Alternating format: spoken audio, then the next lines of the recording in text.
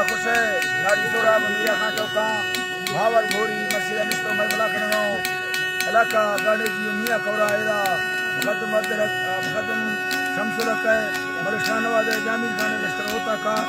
महफल भी गए सिटी कसीर का अपना कांडा दा मजलसा करनो मस्जिद महफल तारीख है सन 2021 साल हस्ती महीना 6 तारीख है क़यामत को रोशदा वजह भी गए इधर खास कर मैं महफल मौजूद है संतानी फरमाश है नारी नवाज़ बादल बा फरमाश है शान नवाज़ फरमाश है बादल बाद सुलेमा मदारानी फरमाश है अतावला फरमाश है बादल बाद अमानुल्लाह बादल बा फरमाश है मंदू फरमाश है गौसुए बादल बा फरमाश है शाह करीम बादल बा फरमाश है जकरा आमे फरमाश है बादल बाद कोटा दा दरगतिया फरमाश है सेवा खाना बादल बाद गुलामदीन फरमाश है अमीराना फरमाश है मीरजा बादल बा फरमाश है जबकि खासकर मैं तरफ आ जाएगा लोट लड़ा फरमाश है मियां खां गोसानी बादल बाद मजीद गोसानी फरमाश है बादल बाद जबकि राजन बुराड़ फरमाश है गफर गोसानी बादल बाद अकबर गोसानी बादल बा फरमाश है अल्लाह दा संगता दोस्ता खुश करा जबकि तो खास फरमाश है सुल्तान नूरलानी बादल बाद सैफुल्लाह नूरलानी फरमाश है मच्चा फरमाश है सुरी चिया मदारानी बादरबाद कोई फरमाश है न्याल बूटी बादरबा फरमाश है कि वडरा गुलाब मदारानी फरमाश है वडरा ओस्मा मदारानी बादरबा फरमाश है वडरा गुलजार मदारानी फरमाश है बादरबाद वडरा सोरा फरमाश है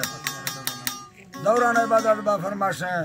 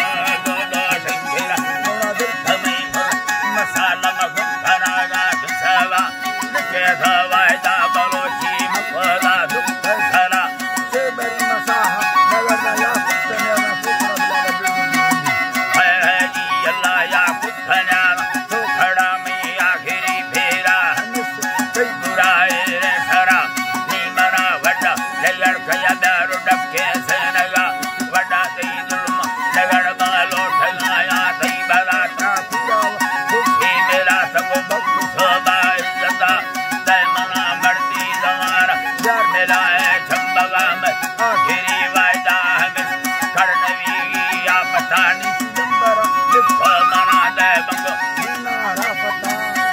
Halo Banga Buna Ravata Salsado Shakti Sapadesi Hakedu Bara Satuyana Likai Hasyanagi Akirae Lambar Shahid Zakim Mandasayani Yadam Brother Bas Kaya Ramadan Kayala Vadu Maria Kola Kolundara Kaina Masalami Lazana Nutavadu Medava Kayumi Sadat Maria Sangatiya Dusira Vidi Mardi Kilaki Badini Ushidira Maya Sangata Ili Balo Chagura Mata Sara Kula Shahiri Salama Khan Maria Ajara Barikana Nam Kasma Sanya